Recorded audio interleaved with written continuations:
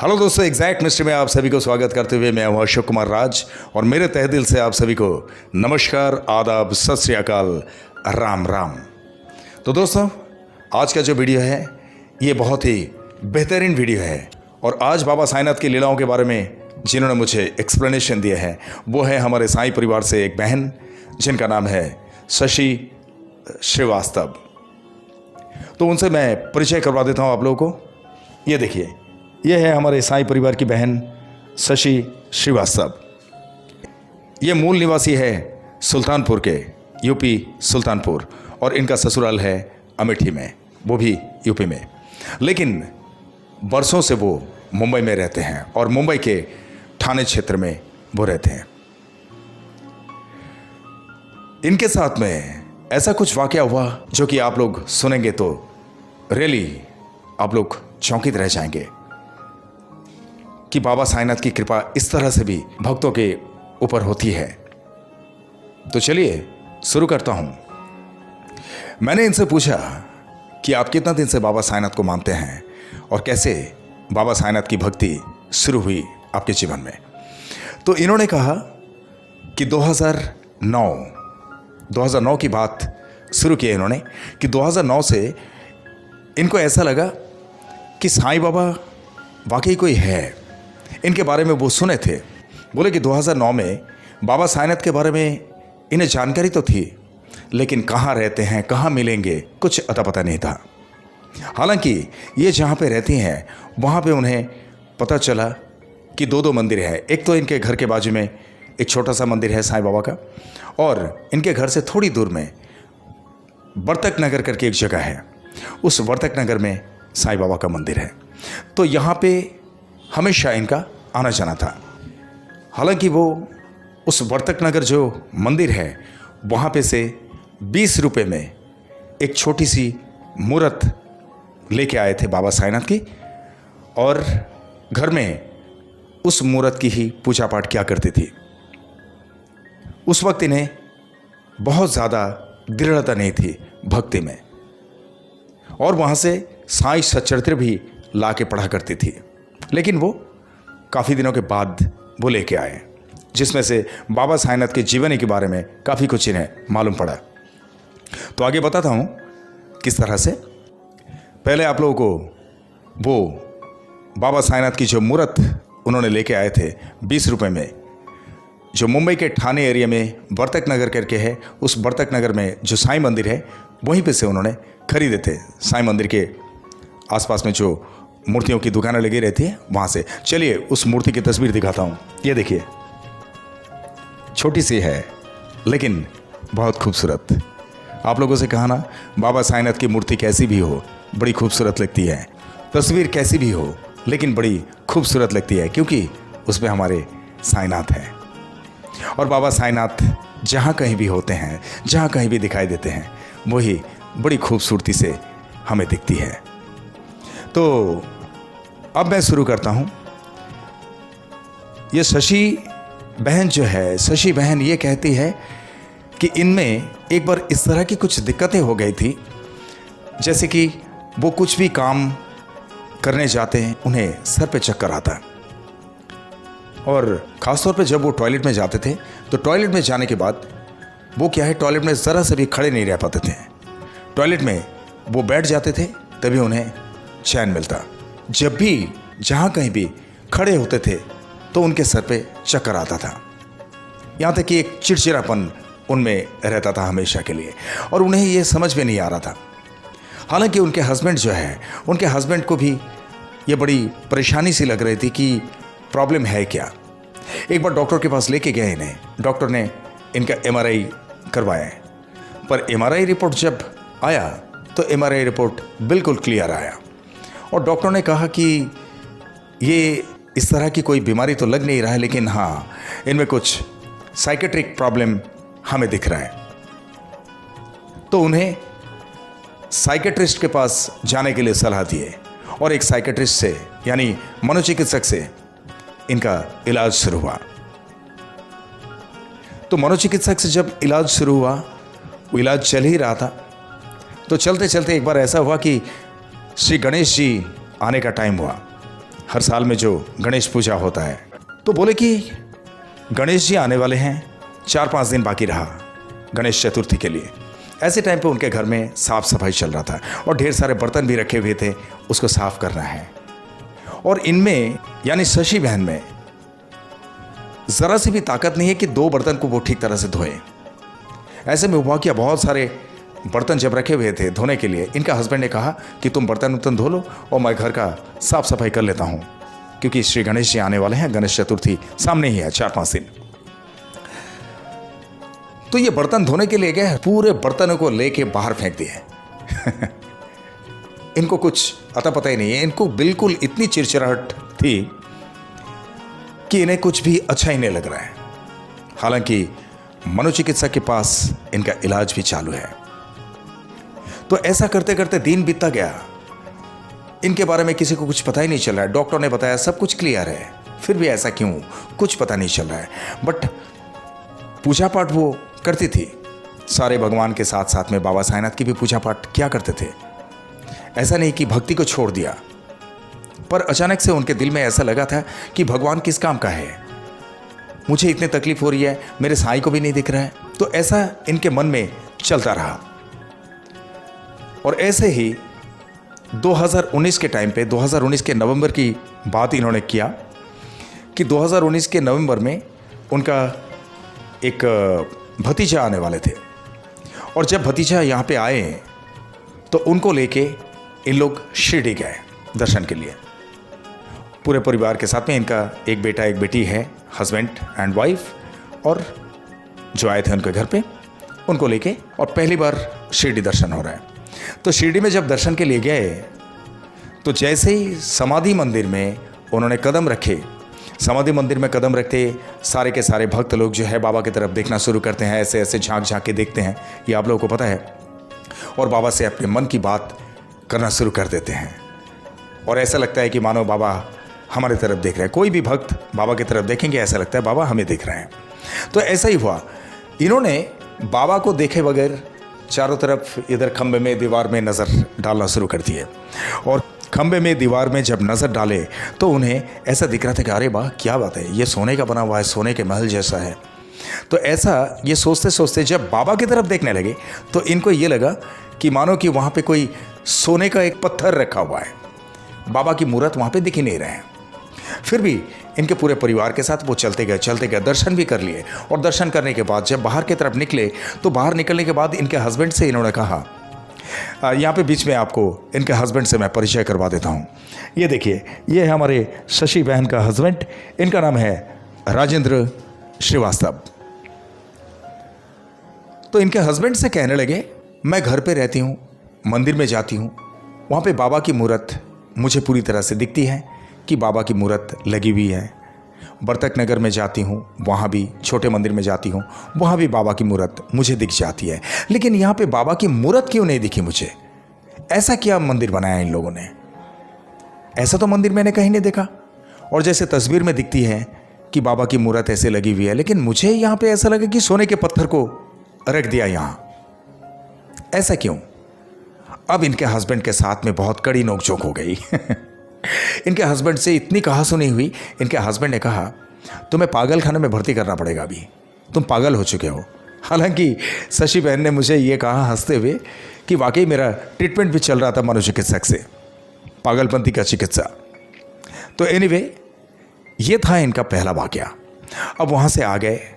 वहाँ से आने के बाद एक दिन वो घर पे लेटे हुए थे, तो लेटे हुए थे, उनके बाजू वाले को एक बच्चा आके बोले कि आंटी, मेरे पापा ने साईं बाबा की एक मूर्त लेके आए शिरडी से, तो उसको कैसे क्या करना है ज़रा बताएंगे? तो इन्होंने कहा कि सुनो, उसको बाबा की मूर्त को मंदिर में स्थापित करो। तो वो बच्चे ने बोला कि आंटी, मंदिर तो अभी है नहीं, पापा मंदिर लेके आएंगे। तब शशि जी ने कहा कि ठीक है, तुम्हारे पापा जब मंदिर लेके आएंगे ना, तो मंदिर में बाबा की मूर्त को स्थापित करना और उन्हें नमक रोटी, चटनी रोटी जो भी बने घर में, उनको सबसे पहले दिखाना, फिर तुम लोग खाना खाना, ठीक है? ऐसे इन्होंने कहा। और जैसे इन्होंने कहा, उसी रात को इनको एक सपना आया। वो लड़का आके इनके घर में एक कुर्सी में बैठा हुआ था, उनके बेड के बाजू में था, छोटे से घर में रहते थे उस वक्त, इन्होंने कहा। तो रात को जो सपना आया वो सपना बहुत अचंभित करने वाला था। वो ऐसा कि वो यानी शशि जी उस कुर्सी में बैठे हुए, जिस कुर्सी में वो बच्चा आके बैठा था, उनसे बात कर रहा था।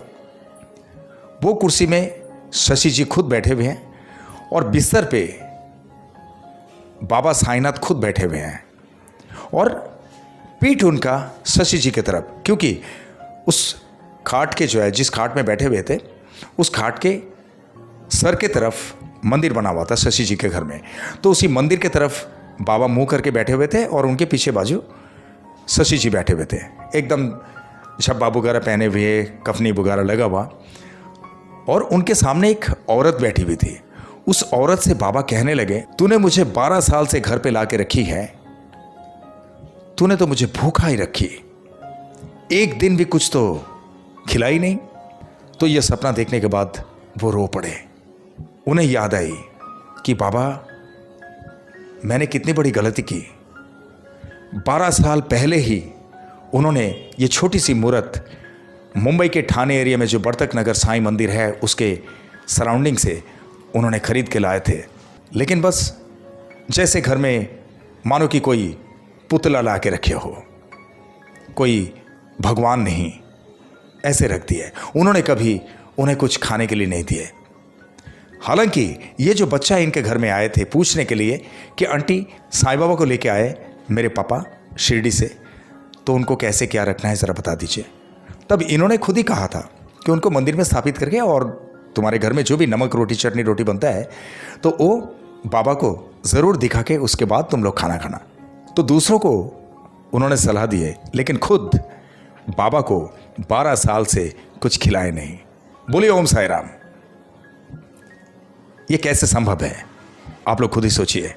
जो बाबा ने उन्हें सपनों में आके जाहिर कर दिए, बाबा नाराज थे उनसे, इसीलिए उनको इतनी सारी तकलीफ हो रही थी। और भी तकलीफ की बात आगे सुनते चाहिए आप लोग, लेकिन मेरे साथ में एक बार यहां पे जरूर बोलिए ओम साई राम। तो ये सुनने के बाद सपनों में जब देखे कि बाबा कह रहे हैं ऐसा, इस घटना को उन्होंने सुबह अपने हस्बैंड से, अपने बच्चों से कहने लगे। लेकिन इनके बेटे से भी परिचय करवा देता हूं। ये है हमारे शशि बहन का बेटा, इनका नाम है प्रथम श्रीवास्तव। तो ये प्रथम जो है, प्रथम उस वक्त महज 15 साल का था। तो ऐसे टाइम पे उसने कहा कि मम्मी तुम कुछ भी अनाप शनाप बोलते रहते हो, ये साईं बाबा आए थे ऐसा बोल रहा था, ऐसा बोल रहा था, ये क्या है मम्मी, कुछ भी नहीं है। तो ऐसे मतलब उसने अपने हिसाब से उनके मम्मी को शांत करवाने के लिए बोले कि मम्मी कुछ भी अनाप शनाप बकती चाह रही है। उसके कुछ ही दिनों में प्रथम अचानक से वो अपने मम्मी के पास आके रोने लगे और वो कहने लगे कि मम्मी मेरे हाथ को देखो। तो उनके मम्मी उसके हाथ को टच किया, बोले क्यों बेटा क्या हुआ, कोई बुखार वगैरह तो है नहीं। यानी शशि जी को ये लगा कि कहीं बुखार वगैरह आया होगा इसीलिए दिखा रहे हैं। जैसे हम इंसान ऐसे दोस्त लोगों से भी बता ना, देखना ज़रा गर्म लग रहा है क्या यार शरीर, मुझे तो ऐसा हरारत सी हो रही है, ठंडी लग रही है। तो ऐसे उसने प्रथम ने उनके मम्मी से कहा, शशि जी से, कि मम्मी हाथ देखो ना। तो बोले बेटा कुछ तो मुझे महसूस नहीं हो रही है, सब तो ठीक है, कुछ तकलीफ है क्या तुझे अंदर। बोला नहीं मम्मी, मेरे शरीर का रुआं देखो कैसा खड़ा हो रहा है। तब शशि जी ने गौर किया कि उसके शरीर में पूरे रोंगटे खड़े हो रहे हैं और वो रो रहे हैं, यानी प्रथम रोने लगे। तब शशि जी ने पूछा बेटा बता ना क्या हुआ। तो वो रोते रोते कहने लगे मम्मी आज के बाद मैं कभी किसी भगवान के नाम से अनाप शनाप नहीं बोलूंगा मम्मी, तुम जो बोल रही थी सच है मम्मी। अब रोते रोते प्रथम कहने लगे कि मम्मी तुम्हें पता है मैंने एक सपना देखा, और सपनों में मैं, दीदी, पापा और तुम, हम लोग चारों के चारों शिरडी में गए बाबा के दर्शन करने के लिए। लेकिन जैसे ही बाबा के समाधि मंदिर में हम गए तो तुम कहीं और चली गई थी, लेकिन मैं, दीदी और पापा मंदिर में थे। तो जैसे हम बाबा के पास गए तो देखे बाबा गोल गोल तकिया है ना, वो गोल गोल तकिया लगा के, उस गोल गोल तकिया में बाबा टेक लगा के बैठे हुए थे। तो मैंने बोला बाबा नमस्ते। तो उन्होंने कहा कि खुश रहो बेटा। और जैसे ही पापा को देखे तो पापा से कहा तूने मेरे लिए सामान लाया? तो पापा के हाथ में एक थैली थी। पापा ने थैली से एक पाइप जैसा निकाले, ऊपर से चौड़ा था गोल और नीचे से छोटा एक छेद था। तो पाइप बाबा के हाथ में दिए, फिर थैली में हाथ डाले, फिर घास के जैसा कुछ निकाले और घास के जैसे निकाले उसके अंदर, पाइप के अंदर डाले और पापा ने उसमें आग लगा दिया और बाबा ने एक कपड़ा भिगो के उसके पीछे लगा के और उसको ऐसे खींचने लगे और बाबा साईनाथ के मुंह से धुआं निकलने लगे। हालांकि यहाँ पे शशि जी कहते हैं कि मेरा हस्बैंड भी कभी कभी चिलम लगाया करते थे और ये जो सपना देखे इसके बारे में इनके बेटे को कुछ भी पता नहीं था कि इनके पापा कुछ चिलम वगैरह लगाते थे। पर ये सपना आया कैसे, बाबा साईनाथ ने कैसे दिखाया इनको सपना? बोलिए ओम साई राम। यही चीज जो है आज प्रथम मान गया और अपनी मम्मी को बोला कि मम्मी तुमने जो कुछ भी कहा वो हकीकत है, सच में। ओम साई राम। ऐसा वाकया इनके साथ में हुआ। और इसके बाद ये जो शशि जी को तकलीफ थी शरीर में, ये कुछ और ही बढ़ने लगे। उनके पेट में दर्द होना शुरू हुआ। उनका पेट मानो कि एकदम ऐसा फूल गया जैसे कि 2-3 तकिया लगा के जितना ऊंचा हो सकता है इतना पेट उनका फूल गया था। अब इमीडिएटली वो खुद ब खुद डॉक्टर के पास गए। तो डॉक्टर के पास जाने के बाद डॉक्टर ने कहा कि तुम्हें कुछ मेडिसिन हम दे रहे हैं, लेकिन दोबारा जब आओगे तो तुम्हारे हस्बैंड को साथ में लेके आना और 21 दिन के बाद तुम्हें आना है। आज से 21 दिन के बाद। तो 21 दिन के बाद जब शशि जी अपने हस्बैंड को लेके डॉक्टर के पास गए तो डॉक्टर ने उनसे कहा कि इनको सबसे पहले तो चेकअप करना पड़ेगा और चेकअप करने के बाद हम कह सकते हैं कि क्या तकलीफ़ है क्या नहीं। तो चेकअप उनका जो है 1 महीना तक चलता रहा और 1 महीने में कम से कम 35,000 रुपया खर्चा हो गया। शशि जी यहाँ पे कहते हैं कि हम गरीब इंसान हैं, रोज़ का कमाना रोज़ का खाना, ऐसे में 35,000 रुपया खर्चा हो गया, यानी बहुत तकलीफ़ की बात है हमारे लिए।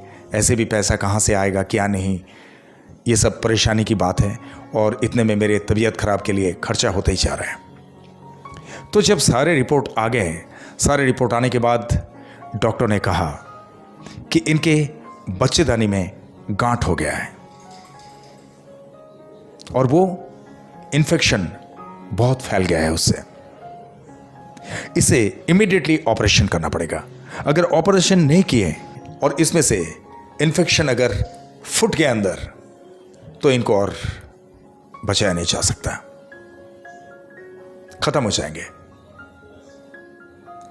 अब ये बात सुने इन लोग हैरान हो गए।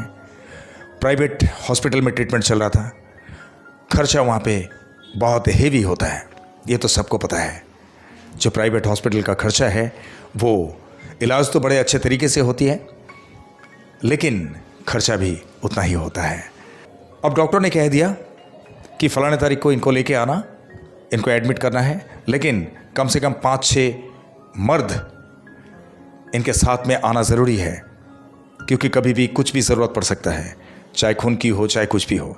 तो इनके हस्बैंड ने अपने अड़ोस पड़ोस से जो भी हैं 5-6 मित्र को साथ में ले लिए और शशि जी को हॉस्पिटल में लेके गए, उन्हें एडमिट कर दिए।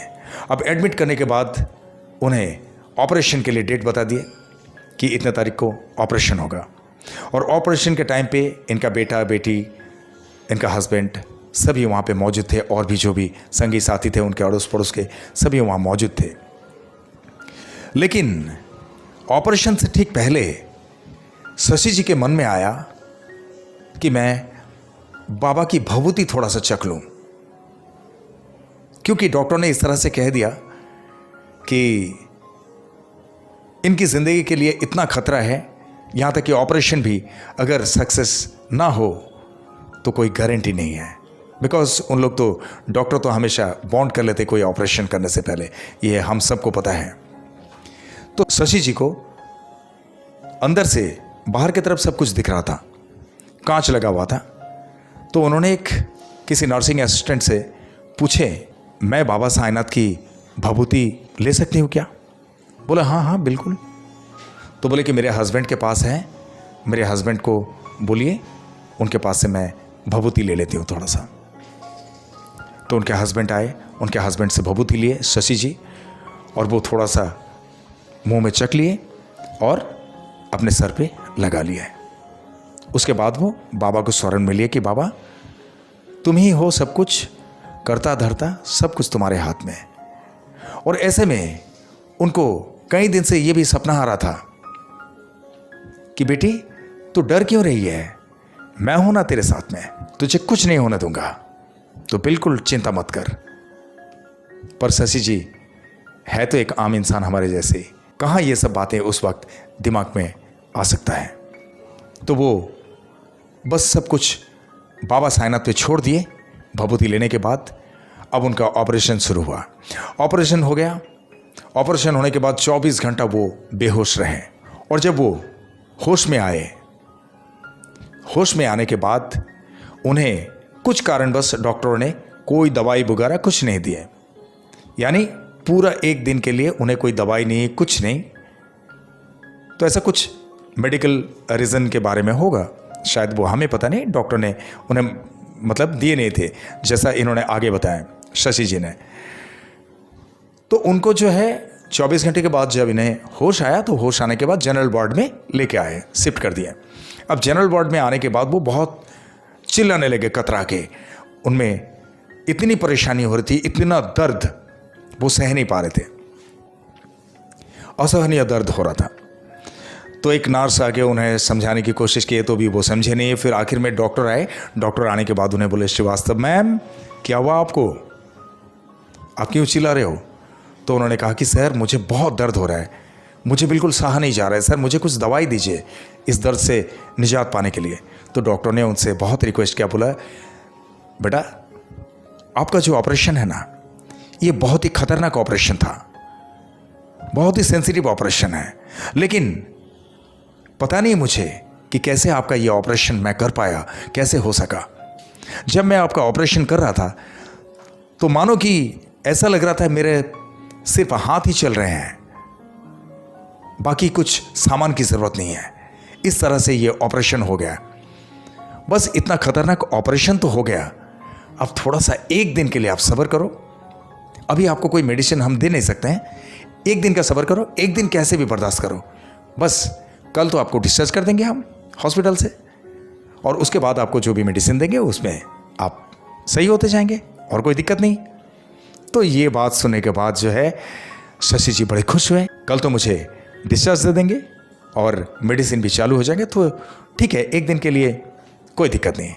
अब वो सह लिए। उसके बाद जो है उनको डिस्चार्ज दे दिया। अगला दिन वो घर पे आए। घर पे आने के बाद आज तक वो बाबा साईनाथ को धन्यवाद करते हैं कि जिनको डॉक्टर ने बता दिया था कि ये बहुत बड़े खतरे की बात है, ये ऑपरेशन अगर सही तरीके से हो गया तो ठीक है, वरना कोई गारंटी नहीं है। और यहाँ तक कि इन्फेक्शन इतना गहरा था कि अगर वहाँ से वो गांठ फूट जाता है तो उनको बचाना ही मुश्किल है। बोलिए ओम साई राम। ये है साई लीला। साई ने उन्हें सपनों में भी दिखाई दिए कि बेटी मैं तेरे साथ हूं ना, डरने की कोई बात नहीं है। इसी तरह से हालांकि बहुत सारे लोग इसको यकीन नहीं कर सकते हैं कि बाबा साईनाथ सपनों में आके भी इस तरह से भक्तों से बात कर देते हैं, भक्तों को तसल्ली देते हैं। बोलिए मेरे साथ में ओम साई राम। एक ये वाकया गया, ये तो बड़ा ही दर्दनाक खतरनाक, आप लोगों ने सबने सुने। इसके बाद एक और चौंकित करने वाली बात शशि जी ने कहा। अभी 2023 की बात है। 2019 में बाबा साईनाथ का दर्शन में गए थे उन लोग पहली बार, और 2023 में वो गए अमेठी। तो अमेठी में इन्होंने कहा कि जो प्रधानमंत्री आवास योजना की तरफ से घर बनाने के लिए सहयोग राशि देते हैं हमारे प्रधानमंत्री भंडार से, तो वो इनके हस्बैंड को 1,20,000 रुपये कुछ ऐसा मिला था और बाकी कुछ पैसा आने ही वाला था।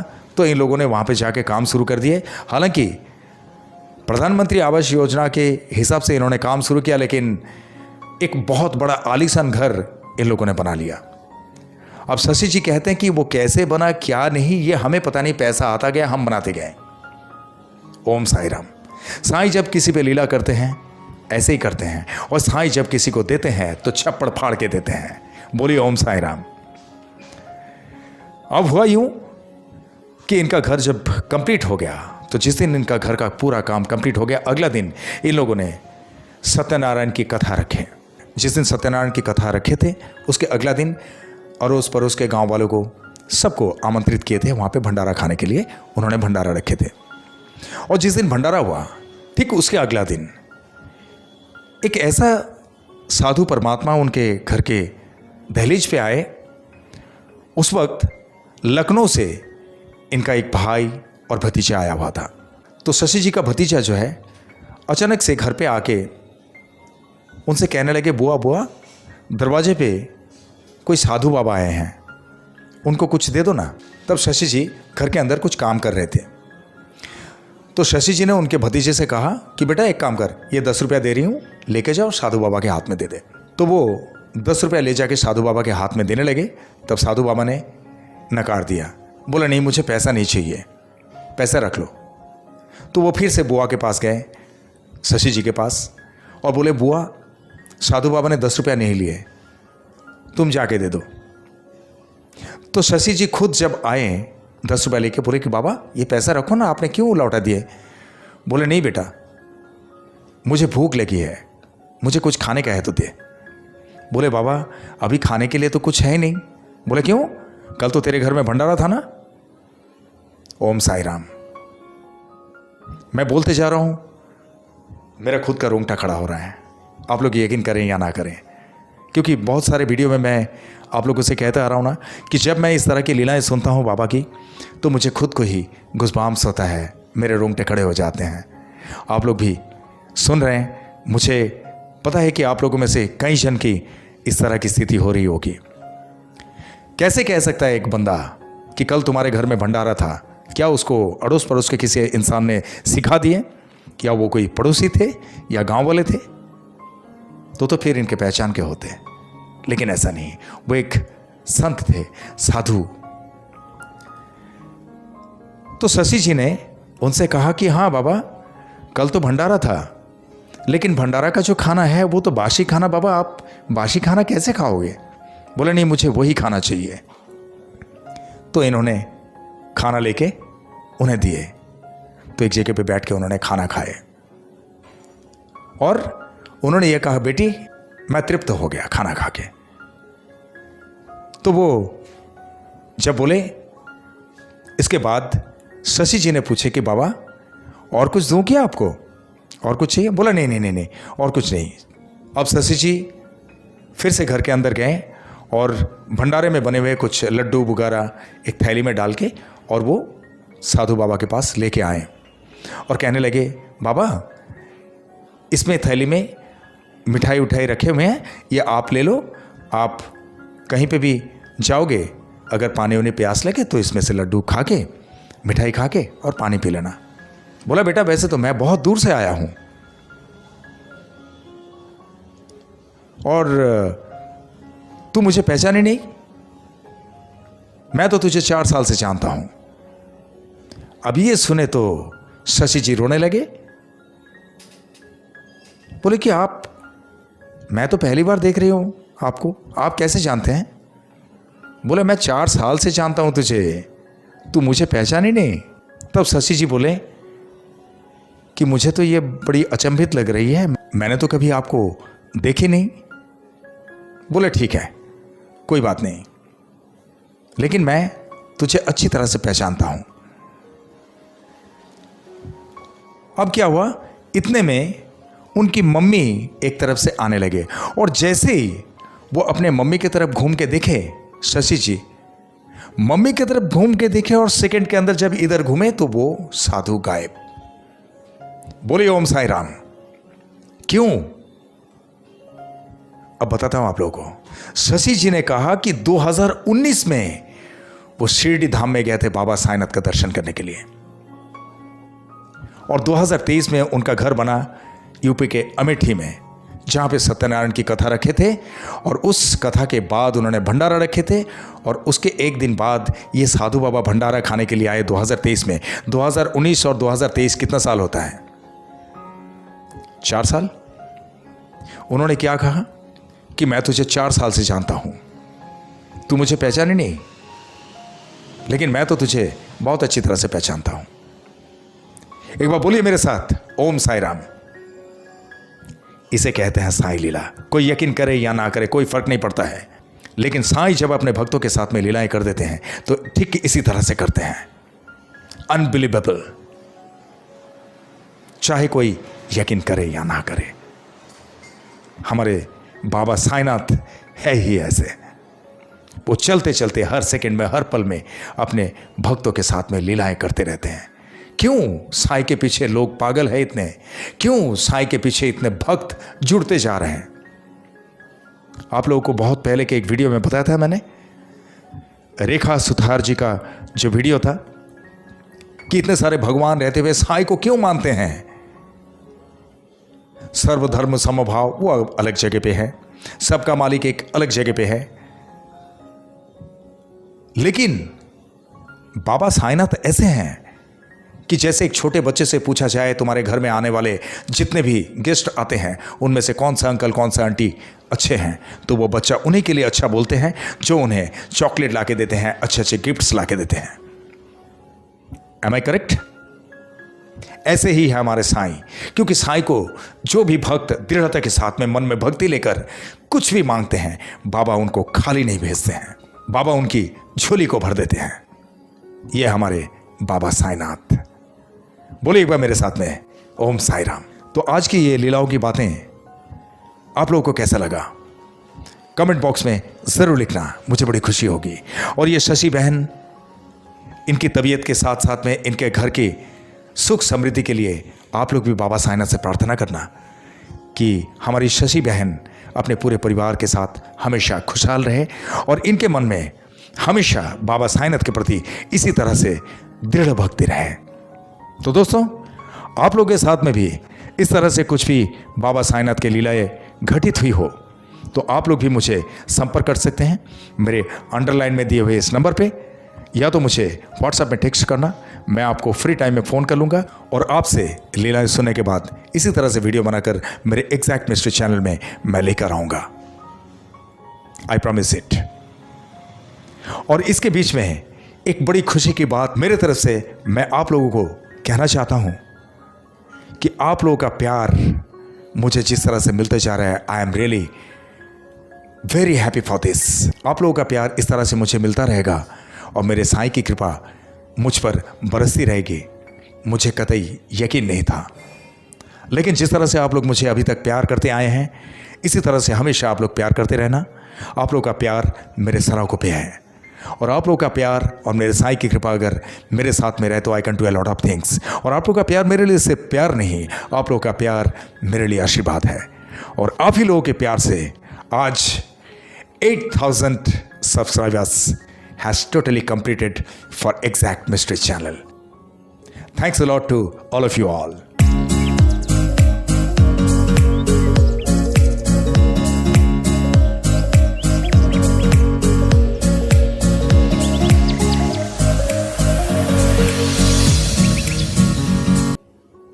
अब यहाँ पे मैं आप लोगों को धन्यवाद के साथ में फिर से एक बार यही कहूँगा कि आप लोग जो भी मेरे इस चैनल में नए हैं, आप लोग मेरे इस चैनल को लाइक करें, शेयर करें, सब्सक्राइब करें एंड बेल आइकन को ज़रूर दबा दें ताकि मेरे एग्जैक्ट मिस्ट्री चैनल का हर एक वीडियो का नोटिफिकेशन आप लोगों तक सबसे पहले पहुँचे।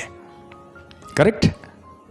और चलते चलते मैं इतना ही कहूँगा दोस्तों कि जिस तरह से आप लोग बाबा साईनाथ पे भक्ति रखते हैं, इसी तरह से बाबा साईनाथ हमेशा आप सब पर अपनी कृपा दृष्टि रखें, हमेशा आप सब पर अपनी कृपा बरसाते रहें। ये मेरे तहे दिल से आप सबके लिए शुभकामनाएं। और जिस तरह से इत्मीनान से ये वीडियो देखे हैं आप लोगों ने, जिस तरह से अपना कीमती वक्त देकर ये वीडियो देखे हैं, इसके लिए आप सभी को मेरे तहे दिल से बहुत बहुत धन्यवाद के साथ में ओम साई राम।